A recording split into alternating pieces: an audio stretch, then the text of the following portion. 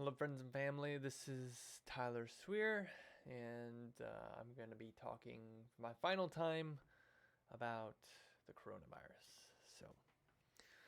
As I just said, this is going to be my last video. I don't think I really need to make any more, mainly because at this point, there's no reason to. Everybody has an idea of what's going on. So, my initial intention with making a video like this was well, first to kind of tell what's going on here in Korea as kind of a warning, you know. Regardless of how many people would actually watch the video, my intention was mainly to get this out to like friends and family to be able to use just what I'm talking about to kind of prepare. Um, I'm not sure if it helped or not, but um, I hope maybe for like the 50 or some people who have actually watched those videos, it was useful to some degree. So, but this is going to be the last one that I make about this event, unless there's something in the future that I think is worth talking about to get more information about. I think everybody has. I think the virus is on everybody's mind at this point, and that was actually one of the goals, was to make sure that this whole situation would be on people's minds and they can adjust accordingly. Um, and of course, I'm not the only one who's been making videos like this. Other people much smarter than me have been making videos like this. So, um, yeah, that's why I'm just going to leave this here. So, I'm going to pull my camera down just a little bit. So, yeah, as I said, last video, so what I'm going to do is just go over some of the numbers, basic things, what's going on here in Korea, and maybe just share some of my final thoughts and opinions on what to do next, and yeah, we'll go from there. As you can see right behind me, that's that's my next plan after I finish this video, is Doom Eternal. So, um, yeah, I wanted to have something to do after I made this video. So let's get to it. Let's get to the numbers. Right. I'm now using the world meter as the final way to talk about these numbers. Personally, I still like using the Korean app a little bit more, but I think for everybody else, it's good to know that this exists as well. So if you want to go look, it actually has a little bit more information as far as graphs around the world, whereas Korea is just, specifically about Korea, which is good for me because that way I have an idea of what to do here. But anyways, it's not very helpful for anybody else. So let's just talk about the total number. Yeah, like 350,000 people now have this virus. A month ago when I started making these videos, I think we were under 10,000, or just about 10, or just over 10,000 when I first even mentioned the video. So we are in an exponential phase of the growth of this virus, and it has become very apparent to me that even myself included just has very little knowledge on how exponential growth works. And yeah, this has been a really big eye-opening experience to see how compounding numbers really do compound. So that being said, 351,000 cases, 15,000 deaths. These are I also want to reiterate many times that these are 15,000 very, very unnecessary deaths, which I'll talk about in a little bit later. But I want that to kind of sink in. That, yes, I know people die from things every day, from many different things, but this is one particular thing that was stoppable and would have been the difference of 15,000 people. Yeah. So active cases, about 230,000. Closed cases, 100,000. So, it says recovered here is 100,000. So yeah, we'll see how that is we'll see how those numbers actually begin to change over the course. Because right now, yeah, it's just not looking good. I mean, serious or critical conditions are 5%. Mild conditions 95%. Um, this the problem is that these numbers don't really include. Um, there's like a 20% case of people with this should be separated out a bit. It should not just be 5% serious or critical, because there's the mild conditions also include a 20% number or something like that of people who have more serious conditions. And I don't know why they put serious or critical. It should just be critical condition. And then serious should have about something of 20% in there. That's more accurate for my understanding. Yeah, as you can see here, there it is. That's what I was talking about, exponential growth. So we see that right here, we had up and then kind of level off, and again, I'll talk about that level off in a sec, but then just taking off right now. So China, again, I don't believe their numbers. Just even if my life depended on it, I would never say that these numbers are correct. It's just no, it's not correct. You can't have a country the size of Italy having more deaths than a country of 1.3 billion people. They lied, and it's very obvious they lied just simply from these numbers. If if you want to continue to think that they did a great job at containing the virus, you can continue to think so. But that's just simply not the case. They did not do a good job, and you should not be giving them credit for stopping the virus. This number is wrong. That's all I have to say.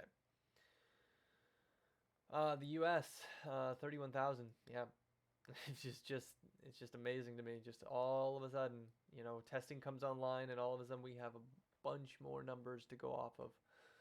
Spain 30,000, Germany 26,000, Iran. Again, Iran's another country, same thing. There's no way those numbers are correct, but that's what's being reported, and that's what people say. France, 16,000. So whatever, I don't know what's going on in the Western world, to be completely honest with you. It just, maybe, again, maybe as Westerners, we should probably start reevaluating how things are going.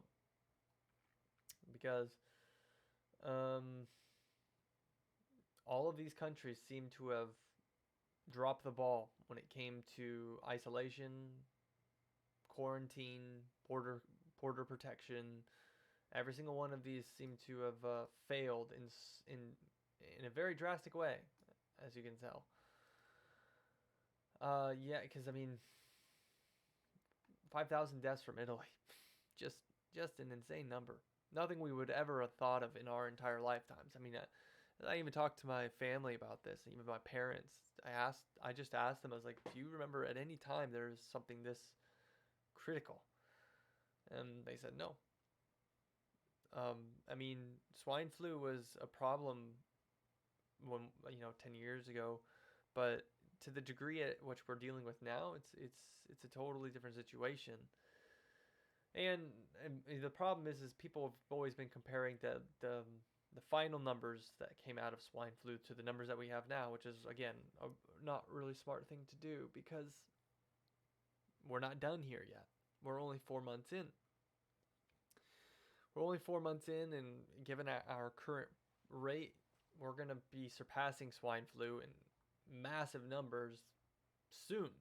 And swine flu was over a year and a half. So people, again, need to stop comparing. Just, we need to start dealing with it as it is now. But yeah, it is nice to see that the fatality rate in the U.S. is not as high as maybe that of Italy or Spain, or yeah, I mean, Germany and the U.S. seem to be having at least a hold on things. But Germany, even last week was significantly below the numbers of Korea, and here they are, right there. South Korea is where I am now, is still under the 10,000 mark, which is a really good thing to see. We seem to have slowed down the pace. We seem to have a pretty good system going on. But here's the thing, is that with the amount of testing that's been going on, I don't know how much longer that we can continue doing it for free. Uh, it, because the more we continue to do it for free, that's just going to be a lot of money. And the South Korean government or the financial sector of the government is going to hurt from this situation. Now, granted, they've done a really great job of testing and in contact tracing and all these other things that are really what we need to do in order to keep these numbers low. But the only concern I have now is that, well, what if we can't afford it over here to keep testing people for free, and then they make it a cost test, and then perhaps it will be able to spread again because we won't be able to contact trace all the people who have, well, I mean, just contact trace. We won't be able to do that. The numbers are as follows. I don't think I really need to go through all of them. It's pretty just self-evident right now. The world is in a really tough situation that we need to, really come together on. So, I just want to give some update on what's happening here in Korea. So this video is obviously going to be a little longer just because I'm finishing up here. It's going to be the last video on this, unless something, again, drastic happens to where I need to get more information out that I think is just not being getting out. But I think most of the information up at this point, everybody can find it because it's on people's minds. So what's happening here in Korea? Things again have slowed down as far as new cases go. So we have a significantly reduced amount of new cases each day. Nothing close to zero, but far less than what we were about almost 3 weeks ago. So here we are, and people still haven't really stopped doing things. Businesses haven't been shut down at all, and for the most part, people still have been just continuing on with their lives. Lots of people still wearing masks, although from some anecdotal evidence from a friend of mine, he said that there's a particular area in Korea, specifically in Seoul, that's more of like a college area, young people. And what he was saying is that place was just packed, full of people, and some of them not wearing masks and things like that, which is concerning, of course. And then also I've heard that there was a nightclub in the Gangnam area, and they just reopened again. And of course, young people want to do what young people do, and there will be consequences to that. And a lot of them all said most of the same thing, was that I'm young, I'm not worried about it. So again, I don't really think I need to explain this, but since it is the last video, I'll just explain it one more time. It does not matter if you are young. You will still get the virus. Now, you may not die from the virus, but it will be one of the worst flus that you'll ever have. That's almost a confirmed thing from most people who have talked about this virus, is that it is not a fun thing to go through. On top of that, you have the potential to spread it to people you love, and potentially people who you love whom have compromised immune systems, people who are more susceptible to dying, people with lung problems, people with just any type of immune disorder. You put your loved ones at risk when you decide to act selfishly and try to live in the moment. This is not one of those times. This is one of these times where we need to really stop acting like children. People my age, all right? That's who I'm talking to. People who are 25 and younger. Grow up. Because at this point right now, if you're more concerned about going out and going to the club and having some like one night stands or some shit like that, like, grow up. Because people in your family can possibly die because of your negligence. Now, I'm talking specifically about the Korean situation, but as young people around the world as a whole, because there's plenty of stuff going on with young people around the world that is just, it's unbelievable how selfish and uncaring people in my age group are. So yeah. So with that said, people like I said are kind of, things haven't really stopped here as what it seems like to be happening around the world. It stopped for about 2 weeks once we had a major outbreak. things were really bad back then. But once the 2 weeks was over, people kind of started to kind of inch out again, and we haven't had any real big problems. So it's good. It's good news to know that we've been able to actually continue on with our lives, although a little bit hindered with masks and things like that. Relatively well without having any major outbreaks. But we're going to see what happens after these next 2 weeks, especially with things like I just said, like this nightclub opening up, and what my friend told me about that particular area in Seoul. We won't know because the incubation period. It could be 2 days, 3 days. It could be a week. It could be 2 weeks before we know what exactly is happening. But no doubt, with the amount of people who have the virus in Korea, that someone spread it there, at the place in Seoul and the place in Gangnam. We know that. So, yeah, that's what's happening here in Korea. Now, the last thing I want to talk about is the U.S. Now, I've been pretty critical about my own country. I guess it's probably because it is my country. Um, I feel very much that I can have the freedom to be critical about such things because it's my country. I can have my opinion about how I think things should run. Now, the most disappointing thing about what has happened over the last month and a half, even 2 months, really our arrogance has put us where we are in the U.S. Our arrogance has been the utter failure of why we weren't able to contain the virus and why we weren't able to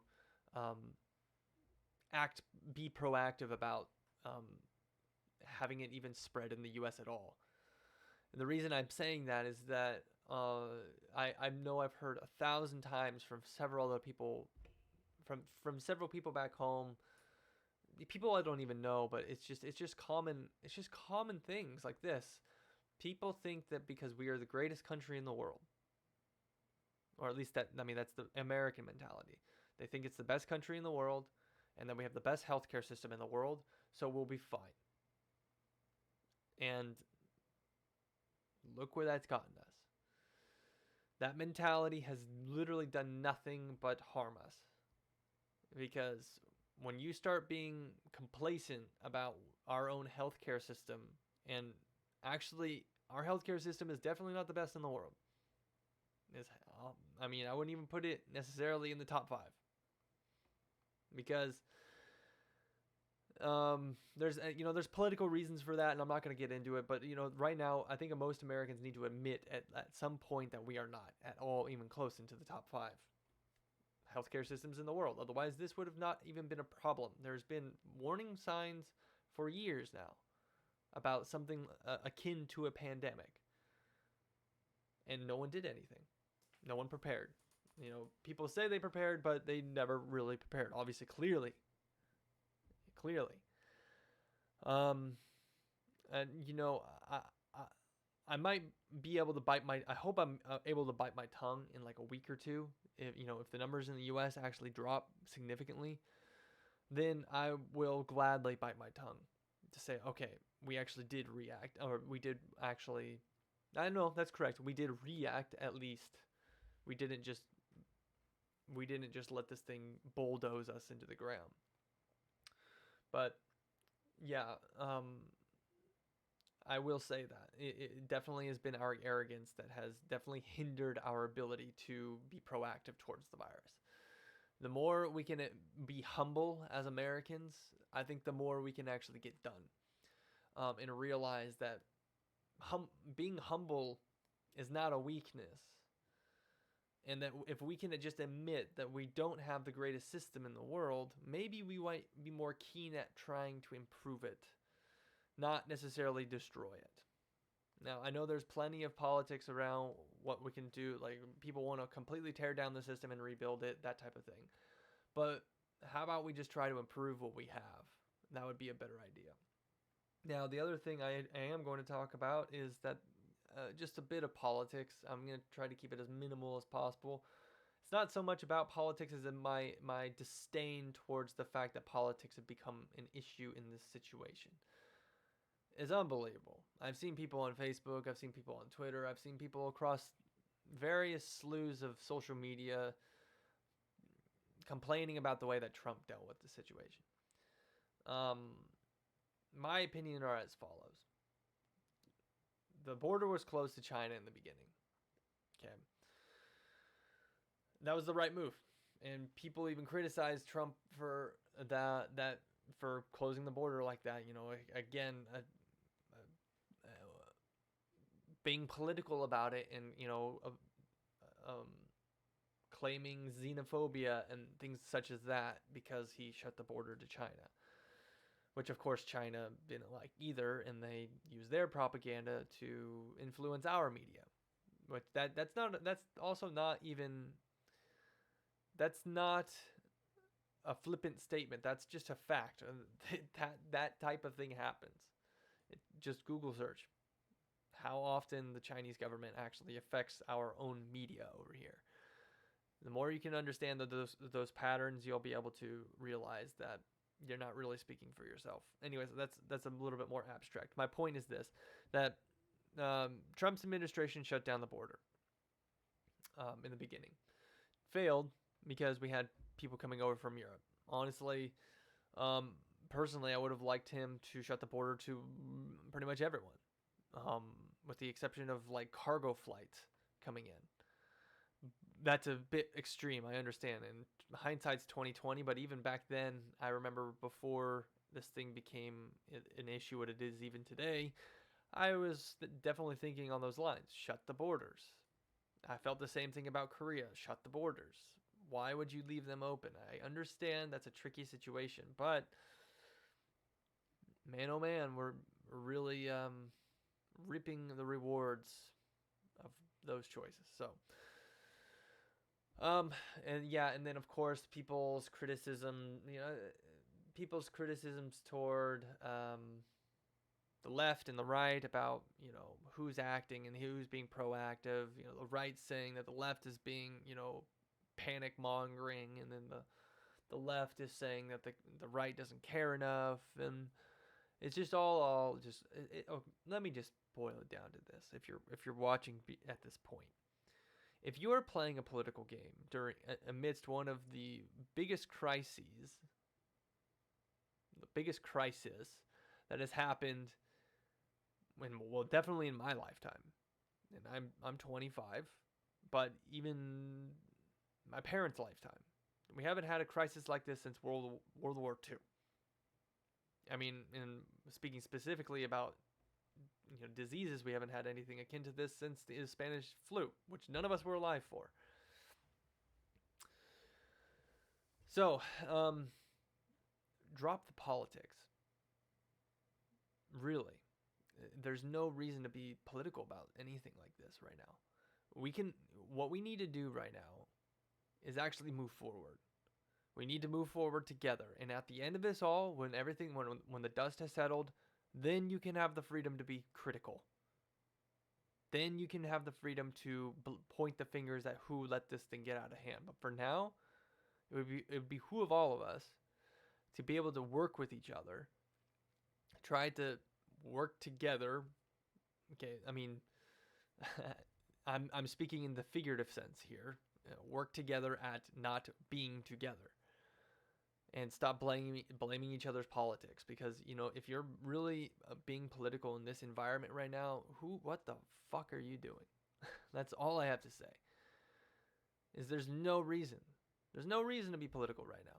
Right now we have a problem in front of us, and politics is not going to move us forward. All it's going to do is just talk about the things in the past. We need to move forward, and we need to get this thing gone. We need to be at the point where we're flattening that curve. People are staying home, and the sooner we do that, the sooner everybody can go back to work and be living their lives. But at this point, because of the situation right now, it may not be like that for a while.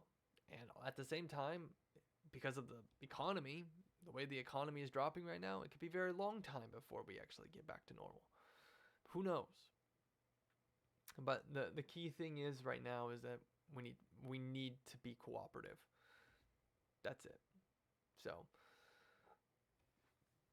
well, anyways, um, I wish I had better news. I actually really do. I wish that from the start, um, from the start of me doing these little updates, that things would have been better, or at least we would have seen some sign of slowdown. But that has not been the case. There has been some good news about certain drugs that can actually help reduce the activity of the virus itself, which just seems promising. But that's about it. It doesn't stop people from getting it, and it won't until the whole population has herd immunity, which will be a very long time. And we don't even have a vaccine. We will not have a vaccine until 2021. We still have a lot of year left. About, what are we at? 9 months until 2021. We haven't even got to spring. So, yeah, okay. That's where I'm going to end this. I really hope that everybody can be safe and protect themselves, and just, I'd say try to listen to your governments, but at this point, it doesn't really seem to be effective. Follow doctors on YouTube. Go find a trustworthy doctor on YouTube. Listen to them. Listen to all the doctors who are talking right now. Listen to nurses. Listen to these people. They're the ones we need to be listening to. They're the ones we need to be giving our attention to. If they're the ones giving advice about it, follow that advice. Do not follow your government's advice. The only thing I can say is go find a doctor, listen to them. And if you're the unfortunate bloke to actually get the virus, turn yourself in. Okay? Go to the doctor, get tested, get confirmed, and get out of the community until it's passed.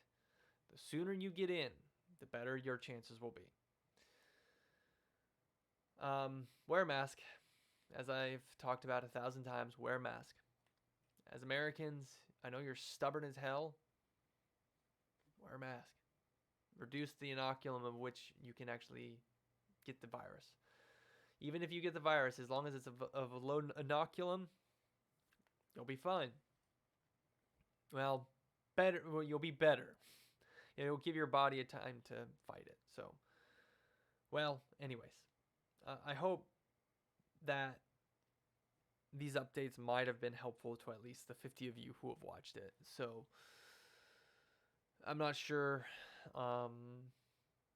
what will come in the next coming months, but anyways, my hope is that you'll be safe and that everybody will work together and we can overcome this really horrible situation. Thanks again for those who have watched, and as I said, if something comes up again, I shall make a video. But for now, I'm signing off. So, goodbye, good luck, and let's do this.